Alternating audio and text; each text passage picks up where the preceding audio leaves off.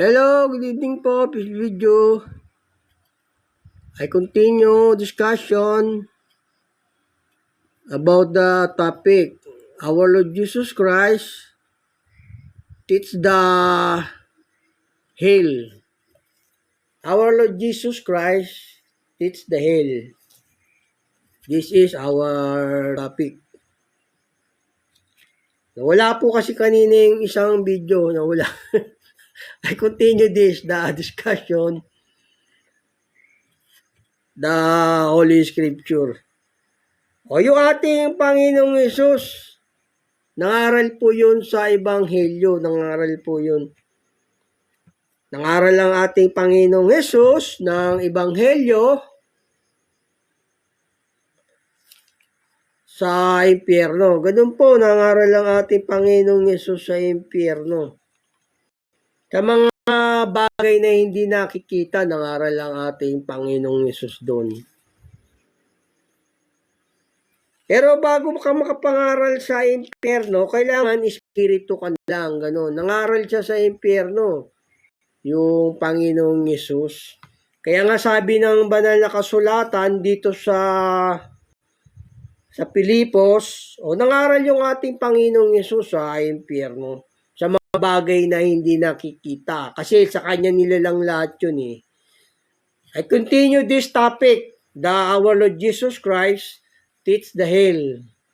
Nangaral yung Panginoong Yesus sa impyerno, sa mga bagay na hindi nakikita. Ganun po. Yung kapanahunan kasi ni Noe, hindi pa nakilala yung ebanghelyo. Kailangan yung mangaral doon sa impyerno. Kung wala namang makakaputang tao sa impyerno, kundi yung anghel lang, saka yung Panginoong Yesus. Ganun po. Kaya yung Panginoong Yesus, nangaral siya sa impyerno. Kaya nga sabi rito sa may Pilipos, ito po sabi na Pilipos po, sa 2:11, upang sa pangalan ni Jesus ay iluhod ang lahat ng tuhod ng nanga sa langit at nanga sa ibabaw ng lupa at nanga sa ilalim ng lupa. O yun, nangaral yung Panginoong Yesus sa ilalim ng lupa sa impyerno. Nangaral po siya ron. Kaya sinulat po ito sa sinulat patuloy ko po. At upang pahayag ng lahat ng dila na si Jesus Cristo ay Panginoon sa ilway na Diyos Ama. Nangaral yung Panginoong Yesus sa impyerno. Kaya sa yung tuhod na Diyos Ama. Nangaral yung Panginoong Yesus sa impyerno. Kaya sa yung tuhod pangalan ni Kristo sa ilalim ng lupa. Kaya na hindi nakikita siya yung kapanahunan ni Noe, yung mga espiritu na doon sa hell, nangaral siya ron. Kaya nga sabi upang sa pangalan ni Jesus iludan tuhod ng nasa ilalim ng lupa. Kasi nangaral siya sa impyerno nga. Pero no enter the mortal, the hell, the flesh being human, not to enter the hell. Only spirit going to the hell and then the heaven. Because you have blood and flesh, you not to go to enter there. Hindi ka pwede pumasok sa hell na mayroon ka pang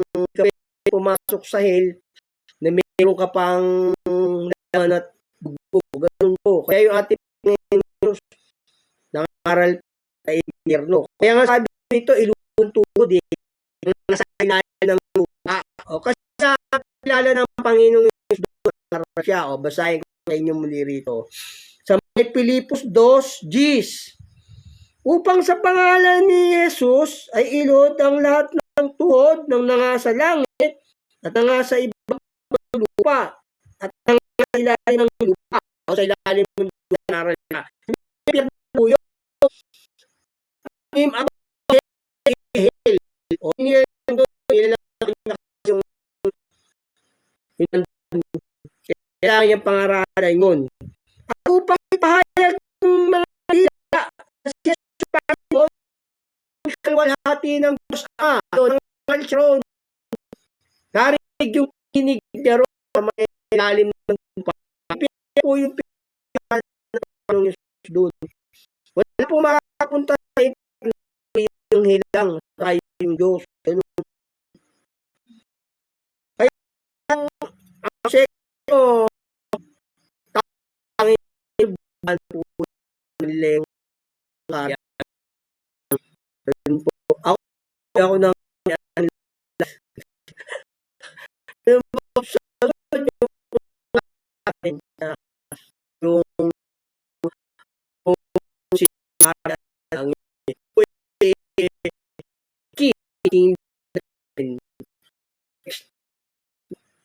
po. Para ng Panginoon Jesus, iludan to, ba, na nangasal ng lupa. Ang paya, nagaling sa pakinig, sa ng Panginoon. Ito sabi ng ito sabi ng banal na kasulatan dito sa may Roma. Dito po sa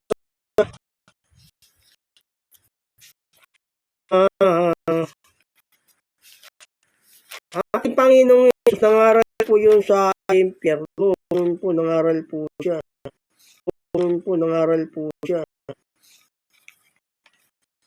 Ito po sabi sa Romans 13:14. Iluban nila sa impyerno sa ilalim ng lupa, o di ba? Sabi sa kasulatan. Kung narinig yung tinig ng Panginoon, nasa ilalim ng Jesus,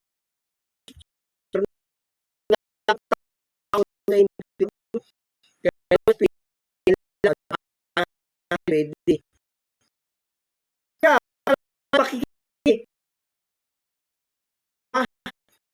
galing sa hinig sa salita ng Jesus. Okay, bakit ilalim ng lupa yung road? Hindi narinig yung Panginoong Jesus ng Ebanghelyo. Pinangala niya ron, yung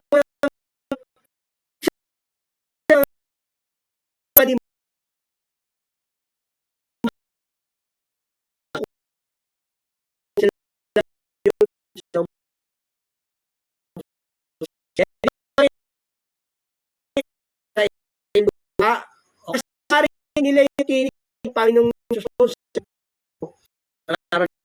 Ito sa Roma rito. Sa Roma 13, pagkat ang lahat na nagsisita sa pangalan ng Panginoon ay maligtas. Paano ba sila doon sa sinarayanan? Paano sila nagsisimpalataya sa Kanya ay hindi nila napakinggan? Huwag mo napakinggan pero paano ng lupa paano ilulutuin nyo, di ba? Ang Panginoon sabi, hindi nila yung Panginoon doon na ganun po. Tuloy ko po. Paano siya kaya nga, ang Panginoon na nagaling pakikita. Ang ito, may impyerno. Kaya sabi,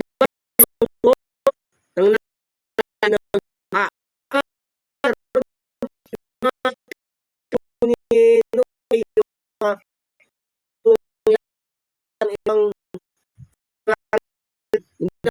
ng Ebanghelyo, naral sa kanila kulong. Nangaral siya. Nangaral siya kasi ang iniwan nila yung kapamahalaan nila. Kinulong sila ng Diyos. Yung mga anghel, yung mga masabi, hindi sa Diyos, o yung Panginoong Yesus sa impyerno. Eh di ba ang pananampalataya nagkikinig salita rin. Bakit naman inulod yung nasa ilalim ng lupa yun lang tuhod? Kundi napakinggan yung Panginoong Yesus doon. Napakinggan yung Yesus doon sa ilalim ng lupa. Kaya yun po yung impyerno. Ganun po. So, yung tao kasi na hindi pa ang ebanghelyo at ipangaral sa silong ng lahat sa mga yun.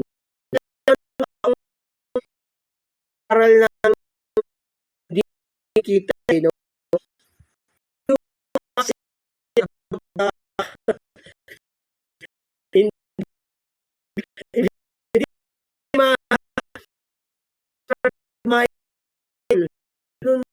na hindi ka makapangaral sa Panginoon Espiritu ka lang. Naral pa ng Yesus doon.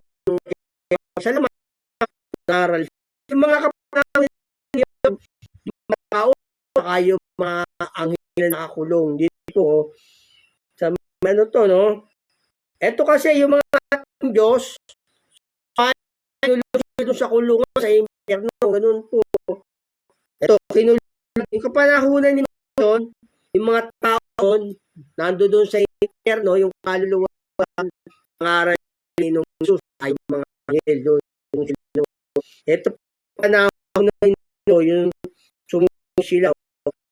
Kumuha sila mga yung mga so is sa iyo at nga na dumami ang mga tao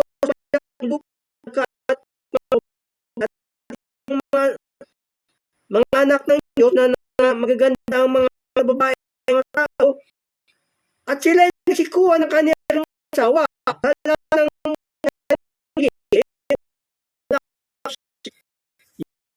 ko muna tao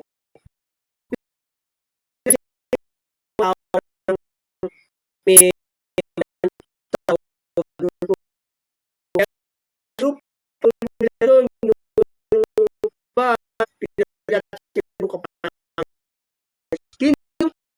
lahat yun. Kaya pinangaralan ng Panginoong Jesus yun. Sasabihin ilod yung tuhod na sa ilalim ng lupa. Kasi nga may lang doon. Nangaral yung Panginoong Jesus doon sa impyerno. Ito sabi ng banal na kasulatan. Nangaral siya sa impyerno eh. Yung paroonan ni Satanas ng mga anghel ni Satanas yun.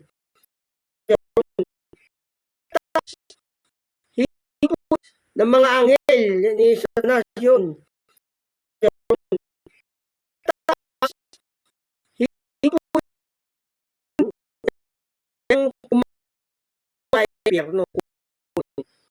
Hindi pa. Ito sa banal na yung mga anghel na nagkasala o ibinigay ng Diyos. Ito sabi sa doon nangaral yung Panginoong Yesus sa may impyerno. Yung mga kaluluwa ron, saka yung mga anghel. Kasi yung impyerno, espiritu na lang pwede makapunta doon.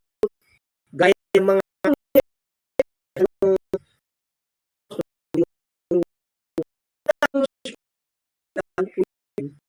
wala puro yung susi ng kaharian ng langit. Ako may susi po ako ng kaharian ng langit. Ganun po. Susunod, tuturo ko po sa inyo yun kung sino yung merong susi ng kaharian ng langit. Ganun po. Ito po sabi ng banal na kasulatan dito. Yung mga kinulong ng Diyos dito, yung mga anghel na nagkasala, kumuha sila ng sa anak ng mga tao. Ganun po. Ito, kinulong sila. Dito nangaral yung Panginoong Yesus sa impyerno. Ganun po, ito sabi sa may ikalawang Pedro 2:4, sapagkat kung ang Diyos ay hindi nagpatawad sa mga anghel na magkasala ang mga yaon, kundi sila ibinulid sa impyerno at kinulong sa mga hukay ng kadiliman upang ilaan sa paghukom.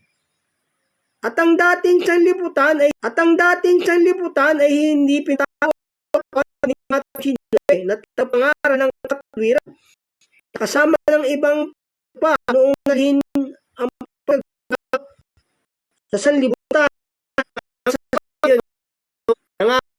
yung ikinulong yung mga masasamang espiritu saka yung mga kapanahonan ni Noe.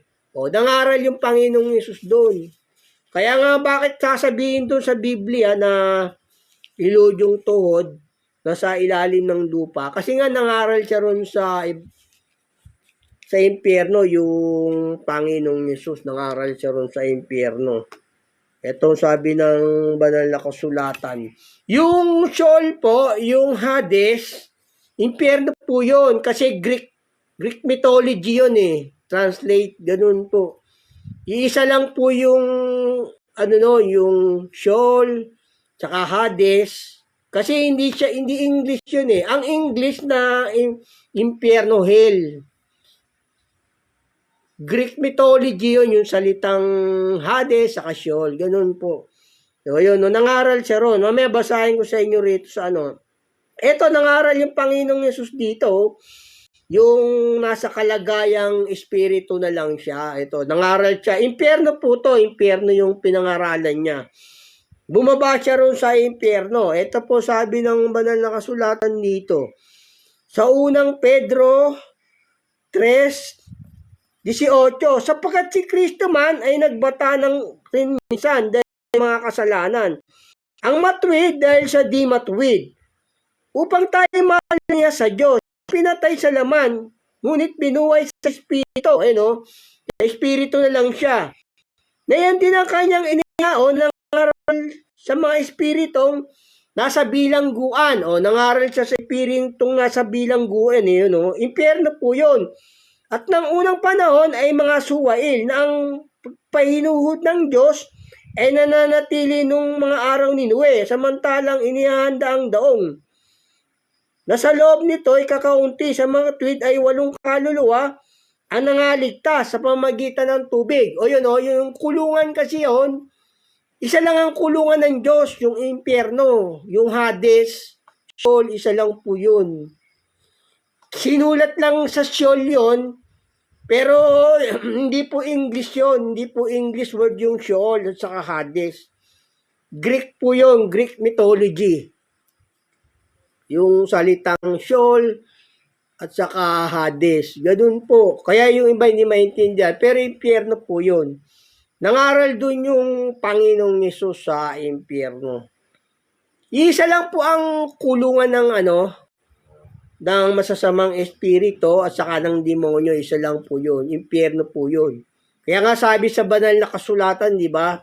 Ginagawa niyo makabayong anak ng impyerno. Kaya nga yung mga tupa at kambing, di ba? O yung hindi sumunod, doon kayo sa inihanda para sa diablo at sa kanyang mga anghel. Isa lang kasi yung kulungan nila yung mga kaluluwa. Isa lang yun, yung impyerno. Ito sabi ng banal na kasulatan. Di ba nangaral siya sa impyerno? Babanggitin ba yung salitang yun? Kung di walang taong makapangangaral sa impyerno. Diyos lang po ang pwedeng pumunta sa impyerno, tsaka yung mga anghel. Ganun po. Siya lang. Ito sabi ng banal na kasulatan dito. Yung Hades, ito sabi sa ito, may mga kulungan kasi yun yung Sheol. Kulungan yung Sheol. Pero yung Sheol, impyerno po yun kasi Greek version po yun eh. Ito po sabi ng banal na kasulatan dito, Sheol. Dito nangaral yung Panginoong Yesus eh. Dito, Kawikaan, 9:17. Ang mga nakaw na tubig ay manis. At ang kinakali ay masarap. hindi niya nalalaman ng patay doon. At ang panahon niya ay nasa lima ng Sheol. O yun, yung Sheol, yung sa yung doon po.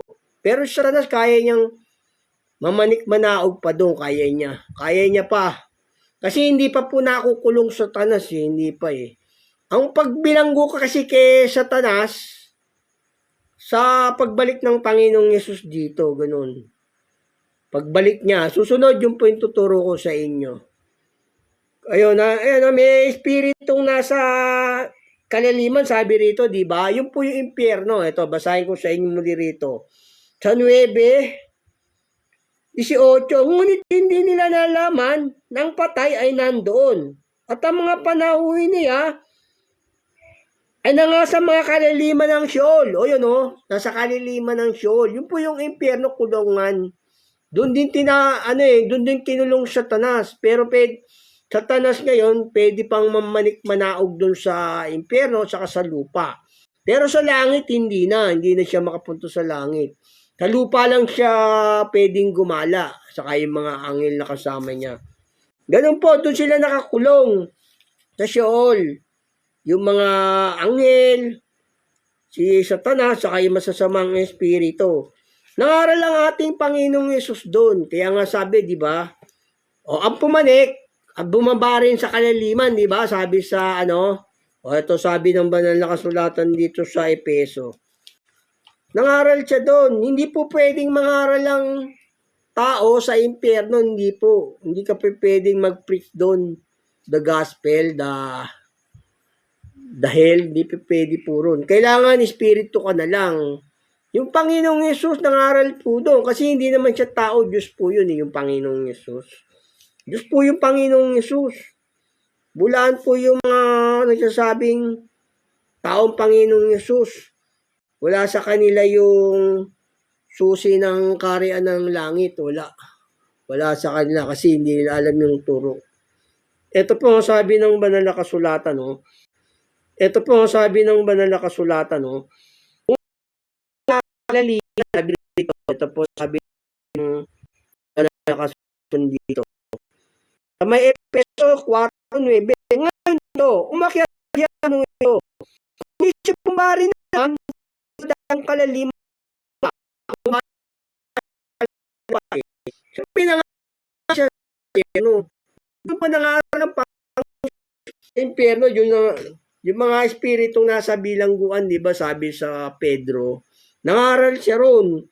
O yung impyerno, yung doon kinukulong yung mga yung mga demonyo at saka yung mga yung mga nagkakasala sa Diyos, doon po kinukulong sa Sheol. Isa lang po yung Sheol, saka yung Hell, saka yung Hades, ganun. Kasi yung salitang Hades kasi, Greek po yun, Greek. Yung Sheol, Greek din po yung Greek mythology, ganun. Yung hell yun, impyerno yun. Sa English naman yung English language. Dito po yung eto yung pinahirapan sa impyerno, di ba?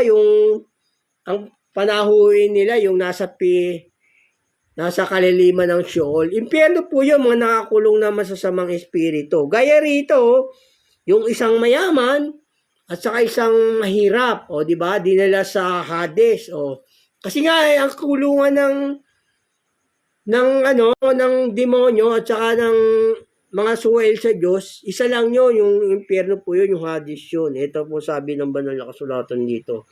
Dito nangaral yung Panginoong Yesus. Bumaba siya sa kalaliman. Kaya nga bakit nga nila ilulod yung tuhod nila? Di ba ang pananampalataya nanggagaling sa pakikinig, salita ni Kristo? Bakit may ilulod nila sa pangalan ni Jesucristo na nasa ilalim ng lupa? Kasi nga napakinggan nila yung Ebanghelyo ron, na ipinangaral yung Ebanghelyo sa lahat ng nilalang, di ba, sa silong ng langit, sabi sa Kolosas 1:23. Ganun, kasi nangaral siya ron. Ito sabi sa banal na kasulatan, ito nakulong tong isang mayaman na to kasi Hindi siya sumunod sa utos ng Diyos nakulong siya doon sa Hades, sa impyerno. Pero nangaral yung Panginoong Yesus dito. Ito po sabi ng banal na kasulatan. Kulungan kasi yun yung Hades, impyerno po yun. Dito po sa may Lucas 16, 19, mayroon ng isang taong mayaman at siya'y nagdaramit ng kulay ube at masyelang lino at sa araw-araw ay kumakain ng sagana. At isang pulubi na ang ngalay Lazaro, lipos ng mga sugat, ay inilalagay sa kanyang pintuan. At nangaghangad na mapakain ng mga mumo na nanguhulog mula sa dulang ng mayaman. Oo, at lumalapit pati ng mga aso at inihimuran ang kanyang mga sugat. Nangyari nang namatay ang pulubi at siya'y dinala ng mga anghel sa napupunan ni Abraham at namatay naman ang mayaman at nilibing. At sa Hades na nasa pagdurusa, dinala sa impyerno yung mayaman Kasi kulungan nga yun. Yung Hades, yung impyerno, kulungan yun. Doon nangaral yung Panginoong Yesus, doon nangaral. Nung nasa kalagayang espiritu siya. Hindi naman siya masusunog doon Sila gumawa nun impyerno, Basahin ko sa inyo muli rito. At sa Hades na nasa mga pagdurusa, itiningin niya ang kanyang mga mata. At natanaw sa malayo si Abraham at si Lazaro ay nasa kanyang sinapupunan. At siya'y sumigaw at sinabi, Amang Abraham, maawa ka sa akin. At suguin mo si Lazaro upang itubog niya sa tubig ang dulo ng kanyang daliri at palamigin ang aking dila sapagkat naghihirap ako sa alab na ito. Hell is a torment for places to sinner person. Ganun po yun. Nangaral siya doon sa Hades. Isa lang po yung Hades sa yung Sheol. Ganun po. Isa lang yun. Nangaral siya doon. Doon dinadala, isa lang po kasi yung kulungan ng yung kulungan ng Diyos ng mga masasamang espiritu saka yung Hades. Kaya sabi rito, ginagawa nyo makaiba yung anak ng impyerno kasi magkasama nga si Satanas saka yung mga suwail sa Diyos, magkasama po yun. Ito sabi ng banal na kasulatan. Magkasama sa kulungan yon yung sa impyerno, yung mga suwail sa Diyos, makasalanan, taas si Satanas magkasama. Kaya sabi rito, ginagawa niyong makaiba yung anak ng impyerno, sabi rito ng Panginoong Yesus. Eto, basahin ko sa inyo rito sa Mateo 23:15. Saba ninyo, mga eskriba at mga pariseo, mga mapag-imbabaw, sapagkat yung inyong nililibot ang dagat ng lupa sa paghahanap na isa sa inyong makakampi. At kung siya ay magkagayon na, inyong ginagawa siyang kahit sa inyong sarili. Okay nga yung mga tao, nagiging isa lang yung kulungan ng Diyos para sa mga masasamang espiritu, yung mga suwail sa Kanya, yung mga ayos sumunod. Isa lang po yun. Kaya nga yung mga tupa at kambing, di ba sabi ng Diyos sa mga kambing, o kayo papasa sa mga diablo na ihanda. O di ba? Isa lang po yun. Magkasama yung mga diablo dahil mga suwail sa Diyos. Ito, basahin ko sa inyo rito. Para maintindihan nyo, magkasama sa impyerno yung mga hindi naligtas, na pinangaralan ng Panginoong Yesus, di ba? Sabi rito, basahin ko sa inyo rito sa may Mateo 25:31. Datapwat pagparito ng anak ng tao na nasa kanyang kaluwalhatian, nakasama niya ang lahat ng mga anghel.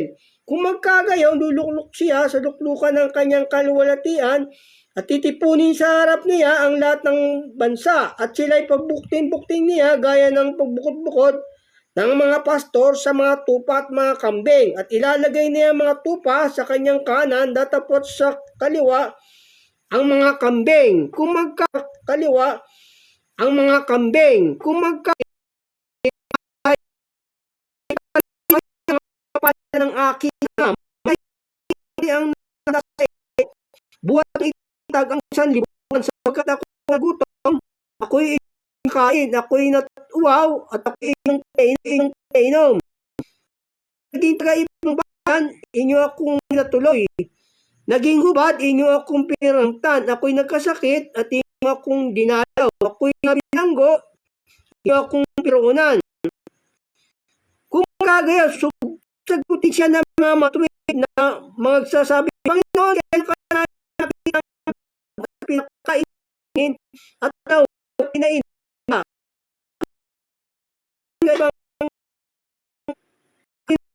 O ba, inyo akong piruunan. Kung kagaya, sagutin siya ng mga matuwid na magsasabi, Panginoon, kaya ka na pinakainin at ikaw kinain ka.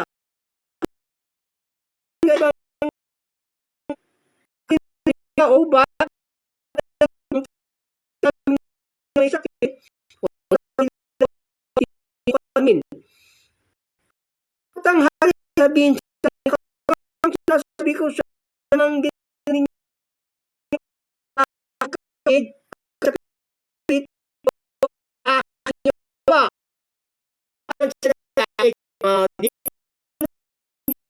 dito kasama sila ng demonyo sa impyerno.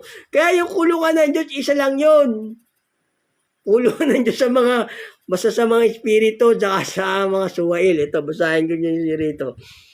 Kung magkagayaw, sasabihin naman niya sa mga kaliwa, magsilayo kayo sa akin, kayong mga sinumpa at papasa apoy na walang hanggan na ihanda sa kanya mga anghel. O, kita nyo nga yung mga hinanda sa mga anghel. Isa lang po kasi kulungan ng Diyos ng mga tao, tsaka yung mga demonyo. Isa lang po yun. Doon po yung nakulong si Satanas. Pero kaya niya lumabas, pasok doon sa impyerno pa. Si Satanas, kaya niya pa. Kaya niya pang pumanik sa lupa. Kasi hindi pa siya kinukulong na todo siya.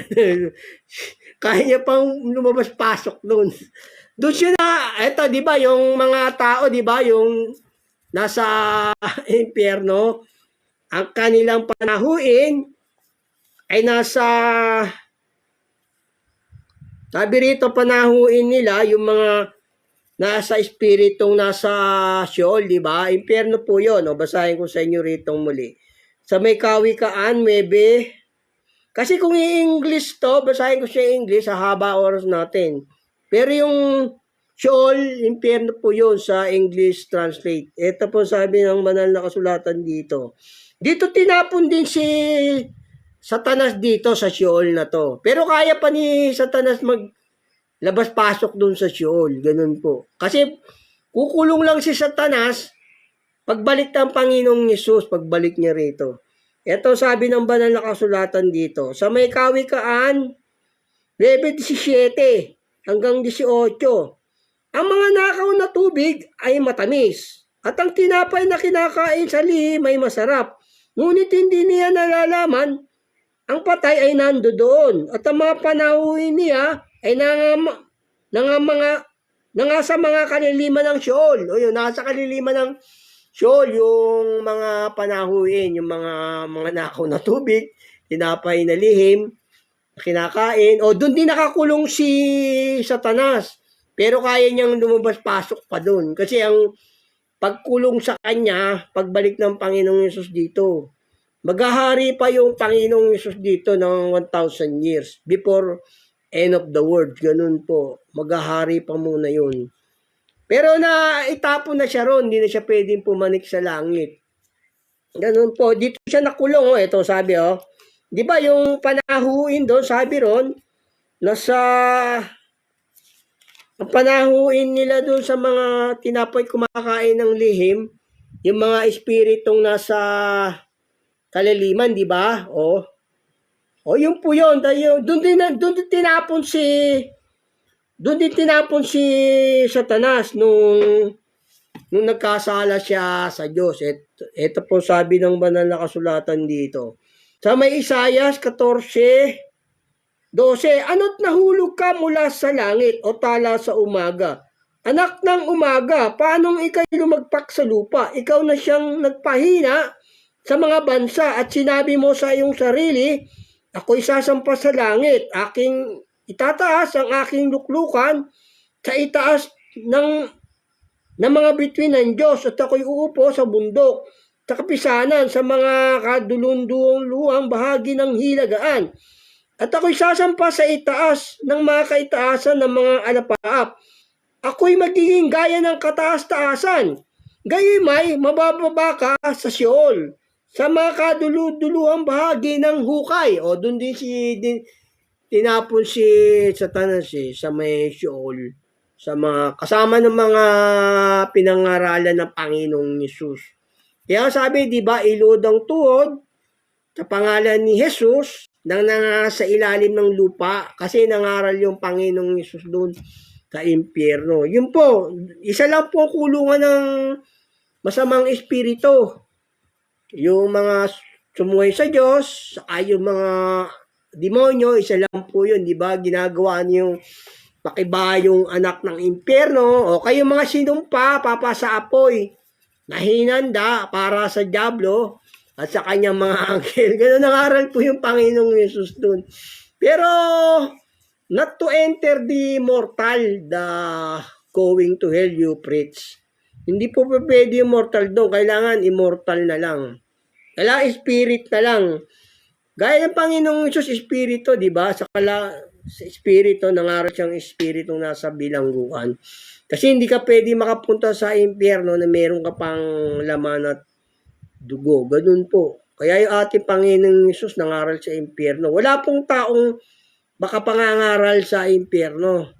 Wala po. Kaya yung Yesus nyo tao, wala dun sa kanilang susi ng karyan ng langit. Wala po.